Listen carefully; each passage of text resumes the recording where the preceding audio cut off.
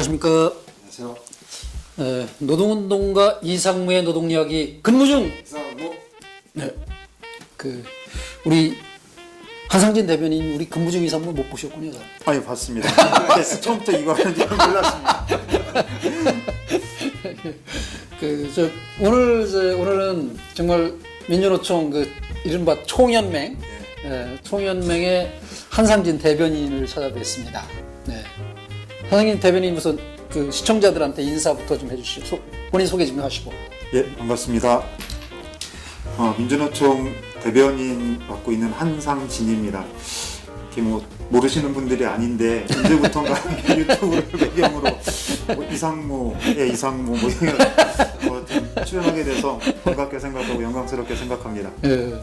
대환영입니다. 빨간 저는 정말 바쁜 시간 내줘서 고맙고요. 사실은 지금 시간이 점심시간인데 점심시간 워낙 바쁜데 점심을 건너뛰기 지금 부탁을 왔습니다.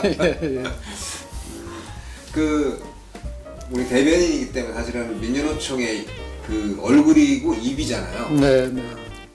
생각이고. 그런데 근자에 들어서 4월 1일 날이면 이제 시장 보궐선거가 있을 때였거든요. 네, 서울시장, 부산시장. 지금 당시에 오세훈 서울시장 후보가 용산 참사 관련해서 잘 막말을 했어요. 네. 어느 정부도 거기에 대해서 책임을 묻지 않았었는데 거기다 막말을 해서 실제 유가족들한테 씻지 못할 죄를 또 졌단 말이죠. 또 누구도 사실 그런 얘기 거기에 대해서 얘기하기 전에 민주노총 대변인이 아주 짧게 욕도 아깝다라고 그랬죠. 아낄 거가 그렇게 없었나, 이 욕도 아깝다. 그래서 상당히 여러 가지 이제 이러저러 반향이 있었는데 관련해서 좀 민주노총 대변인의 논평이 그렇게 사회적 파장을 일으킨 건 아마 처음이지 않았을까 싶어요. 가장 큰 반향을 일으켰던 것 같아요. 네. 일단 가장 큰 반향은 아니고요. 최근에 들어서 조직 내부에서도 이 부분에 대해서 좀 말들이 좀 많이 있었고요. 그리고 논평을 보신 분들도 이렇게 좀 찬반 내지는 호불호에 대한 입장이 좀 명확하게 갈리셨던 것 같습니다. 맨 처음에 그 전날 원래 오세훈 시장 후보가 관훈 토론회에서 용산 참사와 관련되어 있는 망발했다라는 것을 이제 기사로 접했습니다.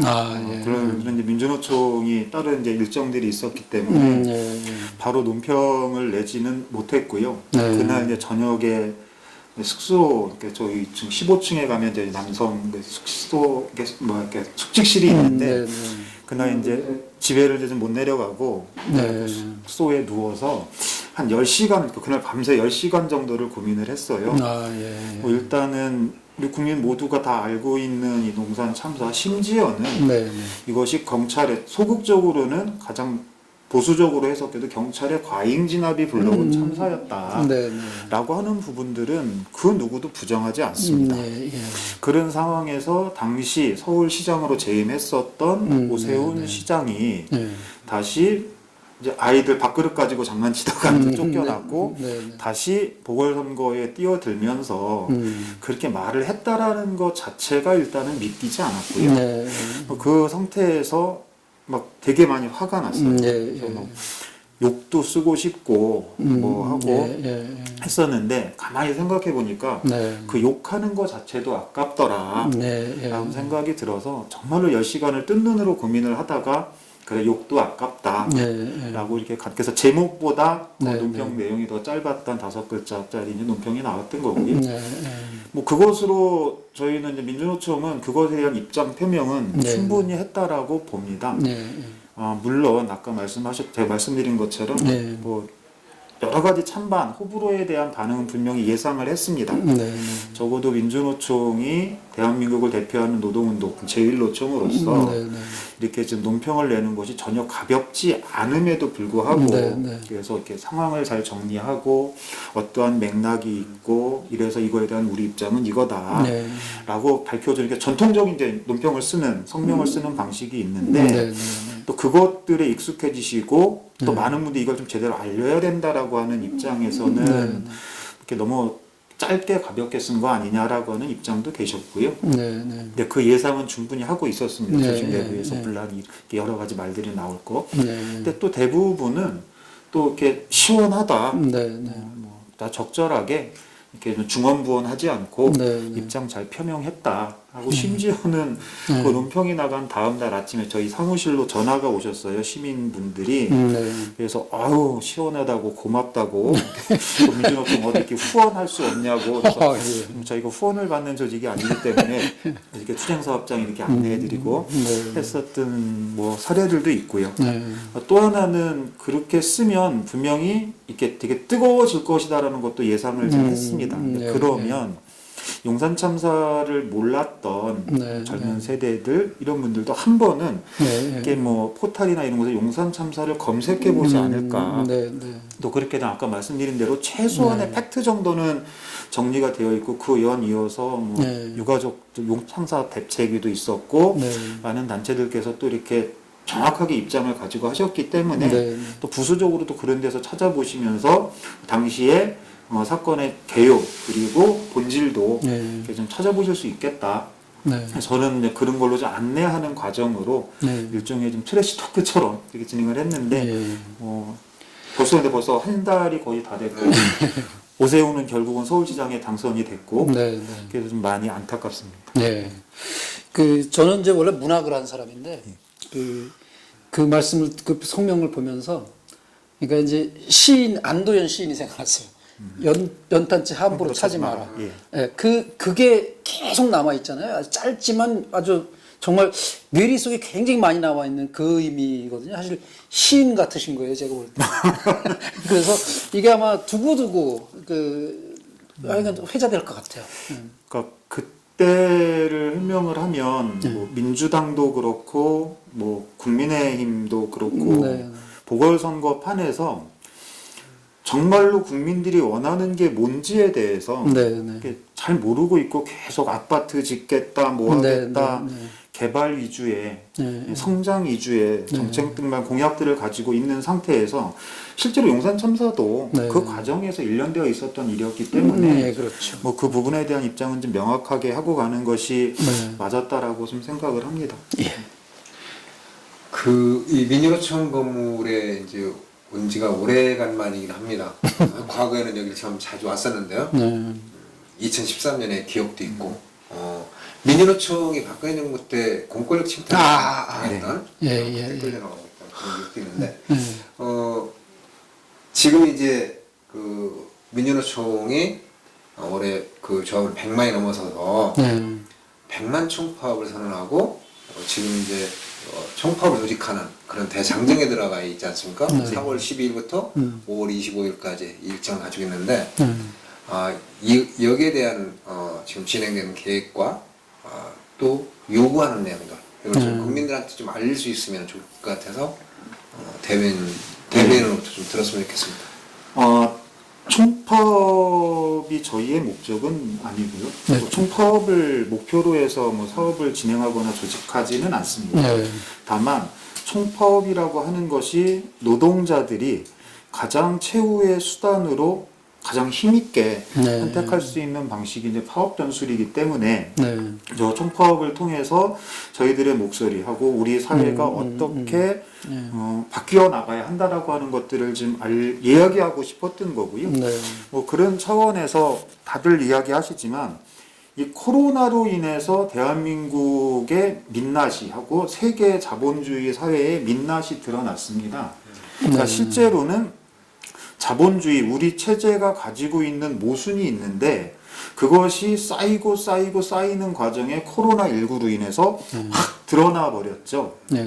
결국 그 상황에서도 1년이 경과되고 이렇게 지나가는 시점에서 결과적으로 보니까 우리가 초기에 한국 같은 경우도 방역에 성공하고 막 그렇게 이야기하지만 1년이 지나 경과되는 과정에서 보니까 K 방역 못지않게 K 양극화가 너무 심해진 겁니다.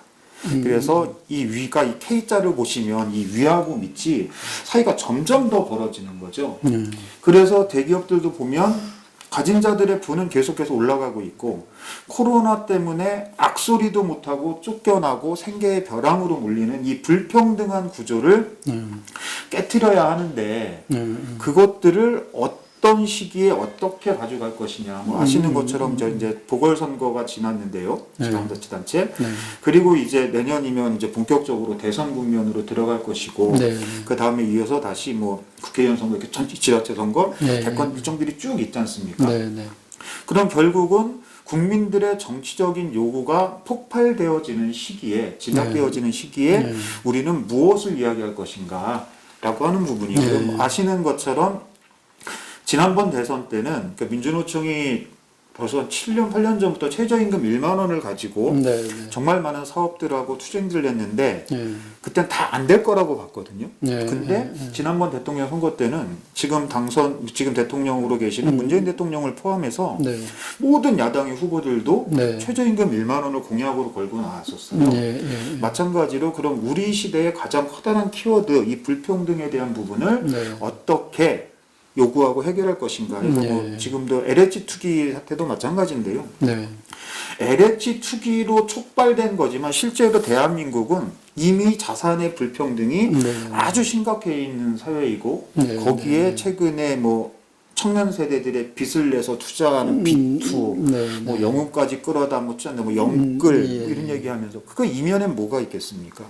정상적으로 노동해서 내가 노동 수입을 가지고 일해서 얻은 수입을 가지고 아파트나 뭐 사기가 이제 어렵다라는 거예요. 근데 상대적으로 우리 사회는 그런 것들을 조장하고 있는 사회고 그래서 결국 노동이 점점 후퇴되고 있는 가치와 존엄이 후퇴되고 있는 상황에서 이것들을 드러내고 이 한국 사회를 바꿔내줄 것들을 노동의 요구로 담아서 그것을 이제 조합원들과 함께 힘있게 좀 투쟁을 전개해서 우리 사회의 이제 전면으로 끌어올리자라고 하는 거고요. 그것들을 조직하기 위해서 이제 지지난주부터 현장 대장정에 들어갔습니다. 그래서 이제 한 3분의 1 조금 넘은 수준에서 소화되고 있고 오늘도 이제 경북 지역에서 이제 현장 대장정을 하고 있는데요. 코로나 때문에 저희가 사업장으로 들어갈 수 없는 조건들이 너무 있어서 좀 한계가 있지만 그래도 투쟁하는 동지들 중심으로 그리고 지역에 있는 간부들하고 결정할 수 있는 단위들과 함께 뭐 토론하고 의견 받고 하면서 내용들을 좀 채워나가고 있는 과정이고요. 이것이 이제 5월 중하순 정도에 마무리가 되면 뭐 아까 말씀드렸던 것처럼 저희가 본격적으로 좀 최저임금 투쟁에 들어갈 텐데요. 이 최저임금 역시도 아까 마찬가지 맥락에서 이해를 하셔야 될 것 같고 그리고 나서 다시 6월 달에 이것들을 정리하고 결의하는 대의원대, 임시대의원대회 그리고 하반기에 2차 현장 대장정을 통해서 힘있게 실제로 저희 민주노총이 뭐 뻥파업 이런 이야기 많이 하잖아요. 실제로 그것을 넘어서는 실질적인 총파업 할 수 있도록 좀 힘있게 좀 집행부부터 해서 지금 전 조직이 좀 움직이고 있습니다. 아까 뭐 뻥파업 말씀도 하셨지만 민주노총이 언젠가부터 정말 파업한다 해도 겁을 안 내는 거죠. 사측도 그렇고 그 중앙정부도 그렇고 그래서 이번에는 정말 그 뻥파업이 안 되도록 잘 조직하셨으면 좋겠다 이런 생각도 좀 들고 그 과정에서 이게 이제 11월 때는 민주노총만이 아니라 뭐 전농을 비롯해서 청년 조직이나 이거 민중 조직들 전체가 같이 연대해서 하잖아요. 예, 맞습니다. 그 연대는 어떻게 잘 이루어지고 있나요? 그래서 지금 전농 같은 경우, 농민들 같은 경우는 이제 수매하고 출하하는 시기이거든요. 그래서 출하 거부 투쟁을 준비하시는 것으로 준비를 하셨고요. 빈민들 같은 경우도 이제 주로 이제 노점상 탄압이 되게 심한데, 그래서 뭐 철시까지는 모르겠지만 어쨌든 이 투쟁하는 배우들한테 뭐 예를 들어서 옛날 광주 항쟁 때 보면 노점하시는 시장에서 막 주먹밥 싸다가 이렇게 막 나눠주고 막 하는 그렇게 어쨌든 적극적으로 결합하고 연대하시겠다라고 하는 계획들을 좀 제출을 하고 계시기 때문에 지금 뭐 문재인 정부 집권 마지막 회의지만 다들 죽겠다고 아우성이거든요. 그 죽겠다고 아우성하는 과정이 그대로 전달이 돼서 그 목소리가 전달이 되고 그게 좀 정책과 향후 일정에 좀 반영이 됐으면 좋겠다라고 하는 목표입니다. 그리고 이제 지금 현재 상황에서도 보면은 민주노총 내에 각 산별연맹 소속되는 사업장들이 장기간 그 일자리 쫓겨나서 집단적으로 해고가 돼가지고 투쟁하는 사업장들이 여러 군데가 계속 이제 예. 그 올라오고 있어요. 어디는 금속 사업장이고 어디는 공공 사업장이고 어디는 민주 일반 연맹 사업장이고. 네.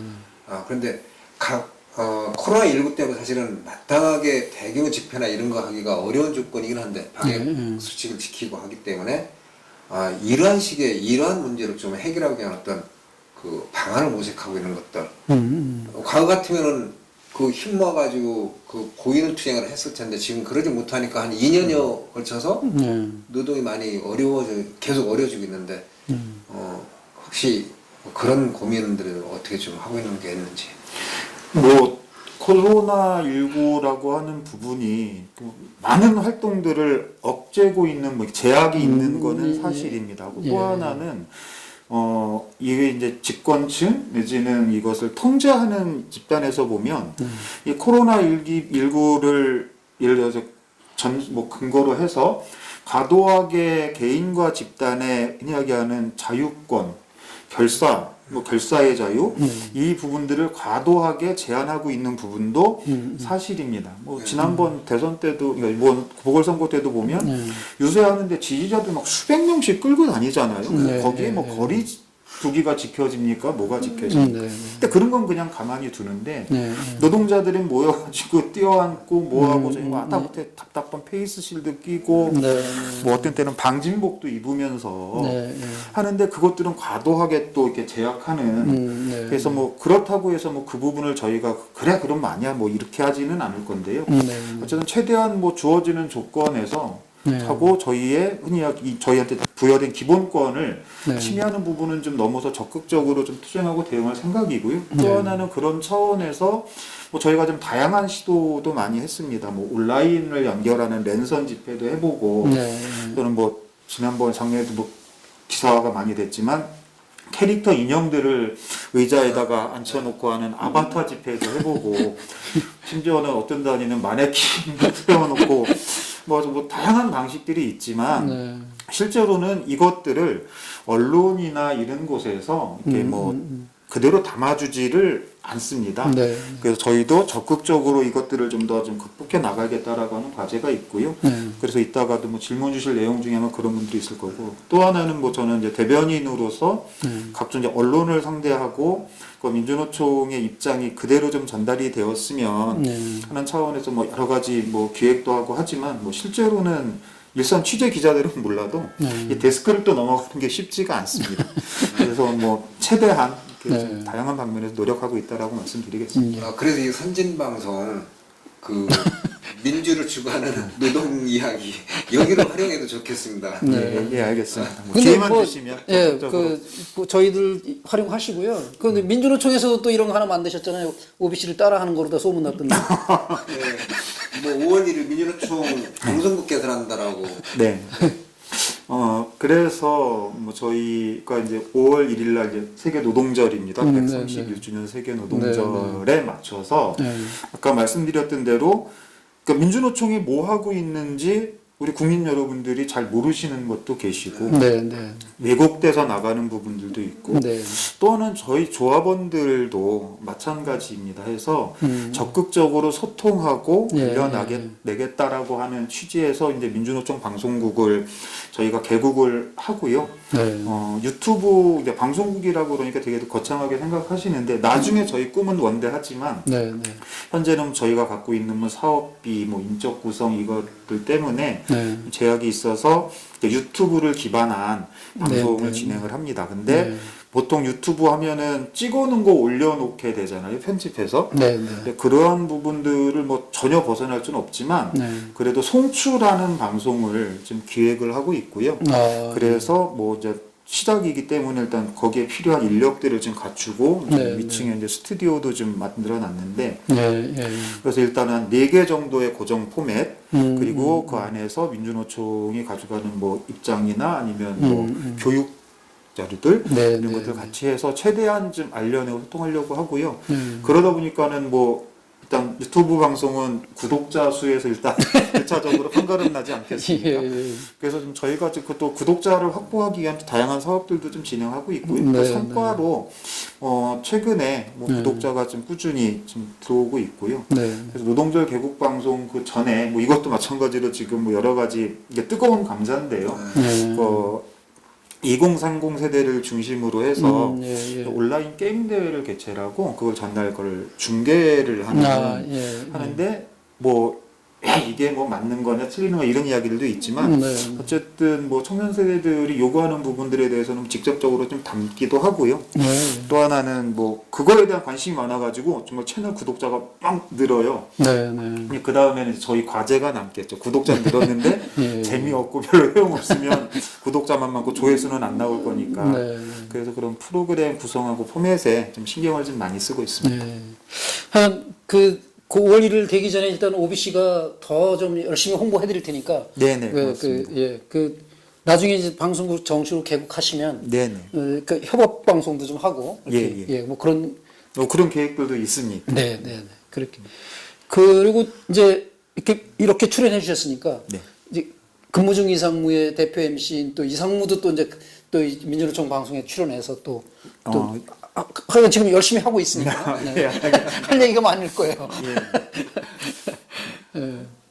그리고 이제 아까 처음에 말씀하실 때 이제 내년 일정 이거를 말씀하신 적이 있는데 그 대선이에요. 옛날에는 그래도 뭐 민주노동당이라고 하는 당을 하나 이제 만드시고 민주노총이 그래서 그 뭐 배타적 지지 선언하고 막 이렇게 했던 시절이 한때 호랑이 담배 피던 시절로 이제 흘러갔지만 그 뒤로 이제 진보 정당이 많이 쪼개져 있어요. 민주노총 차원에서 대선 전략 뭐 그게 혹시 어떤 식으로 준비되고 있는 게 있는지 아니면 어려움이 있는지 좀 한번 듣고 싶어요. 뭐 일단은 저희 공식적으로 저희 대변인이기 때문에 공식적으로 뭐 결정된 사항 외에는 말씀드릴 수가 없다라고 하는 거고 그래서 현재 그 정치 전술과 관련해서는 뭐 이렇게 아직 이렇게 한다라고 결정 지은 바는 없습니다. 다만 진보의 영역을 확장시켜야 하고 민주노총 입장에서는 노동자 민중의 정치 세력화에 대한 과제가 저희 강령에 좀 명확하게 심어져 있는데요. 기간의 평가와 결과와 평가들을 바탕으로 해서 본격적인 논의가 들어갈 것이라고 보고요. 뭐 다들 또 이번 보궐선거를 통해서 또 좀 얻고 깨달은 바들이 좀 많이 있으실 거기 때문에 그것들이 이제 본격적으로 펼쳐지는 장이 이제는 진행이 될 것이고 아마 정치위원회를 중심으로 해서 지난번 보궐선거 그 평가부터 시작해서 좀 치열하게 토론하고 있는 것으로 알고 있고요. 저 앞으로 뭐 그냥 결과를 가지고 이제 조합원들, 국민들께 이렇게 좀 같이 토론하고 제시해 드릴 수 있을 것 같습니다. 한 1년밖에 안 남아서 대통령 선거라 이게 좀 1년도 채 안 남았습니다. 1년 채 안 남았네요, 정말. 그 민주노총에서 잘 준비해서 진보 진영이 어떻게 힘을 모아나갈 수 있을지 그리고 대통령 선거라는 그 기간을 통해서 민중의 요구를 어떻게 그 표출하고 관철시켜 나갈 수 있을지 이런 게 기대가 좀 돼서. 그 민주노총이 조직된 노동자들의 표가 그 가치를 발현할 수 있도록 하는 것 그걸 해야 되는 거죠.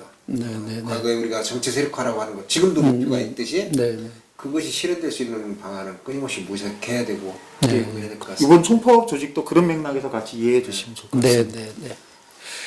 혹시 그 지금 뭐 듣고 싶은 얘기는 굉장히 많은데. 다음번에 다시 뵙는 걸로 하고, 그, 마지막으로 이제 시청하시는 분들께 뭐, 민주노총 그 방송국이 생기지만, 그 생기 직전까지 OBC 열심히 구독해달라고 좀 홍보도 좀 해주시고. 아울러서 민주노총 TV도 방송국도 구독을 좀 많이 해주시고요. 여러 가지 이런 진보적인 어떻게든 간에 국민들하고 소통하고 할 수 있는 다양한 방식들이 시도가 되고 성공했으면 좋겠다라고 하는 것 하나 또 하나는 마지막으로 그러니까 민주노총이 다 잘했다라고도 이야기하지 않고 다 잘한다라고도 말씀 못 드립니다. 이거는 다 평가의 영역이 있고 실제로 결과치가 나오는 거기 때문에 그럼에도 불구하고 내부에서 항상 혁신하려고 하고 이것들 좀 발전시키기 위해서 그래도 치열하게 고민하고 토론하고 있고 좀 건강하게 자라나가고 있는 세대들도 있다라고 하는 말씀 드리면서 향후 그런 모습으로 다시 이렇게 힘 있는 조직으로 대안을 세우는 조직으로 이렇게 좀 만들 수 있도록 최선의 노력을 다하겠다라고 하는 말씀을 드리면서 오늘 귀한 시간을 할애해 주신 부분에 대해서 감사를 드립니다. 저도 구독 누르겠습니다. 근무 중 이상무 설명해 주시고. 근무 중 이상 뭐 노동 이야기는 실제 우리가 노동 현장에서 몸과 마음이 다치지 않는 그리고 아침에 나갈 때 그 모습 그대로 집으로 들어와서 일상생활에 영이 되는 그런 세상을 만들기 위해서 하는 방송입니다. 누구도 내 일터의 안전과 내 일터의 고용 안정이 이루어질 수 있는 그런 세상 함께 만들어갔으면 좋겠습니다. 구독 부탁드리겠습니다. 예. 민주노총 한상진 대변인이셨고요. 민주노총이 다른 나라들처럼 집권도 가능한 그런 세상을 좀 앞당기는데 민주노총이 조직과 정책과 모든 역량을 다해서 국민 속에 뿌리 내릴 수 있는 그런 날이 하루 빨리 오기를 간절히 바랍니다. 그리고 민주노총 방송국도 개국을 축하드립니다. 잠시만요. 네, 축하드립니다. 마지막으로 이상무 한 번 더 하고 끝나나요? 네네네. 그러면 네, 우리 네. 좀 미얀마 민중들 열심히 또 투쟁을 네, 하는 네, 거예요. 네, 거수경례가 아니라 네, 네. 지지하는 와, 방식으로 이거로, 이렇게 예, 한번 예. 좋겠습니다. 와, 좋습니다. 좋은 제안 해주셨습니다. 그리고 참 구호도 하나 외치시고. 구호를 하면서 네. 본인이 생각하고 있는 거 혹시 민주노총 최근 구호도 좋고 미얀마 민중과 연대도 좋고. 네. 뭐 그냥 그거 하면 되겠습니다. 네네. 그거 한번 거침없는 투쟁으로 깨부수자 불평등. 거침없는 투쟁으로 깨부수자 불평등, 깨부수자 불평등. 투쟁. 뭐 끝고는 그 투쟁은 없나 보네요. 예. 예. 그다음 미얀마 민중들의 그거를 위해서 한번 해주시고. 그러면 뭐 미얀마 민중들의 투쟁을 위하여 이상무 이렇게 하면 되나요? 네, 그래도 되겠습니다. 예. 자, 미얀마 민중들의 투쟁 승리를 위하여 이상무. 이상무.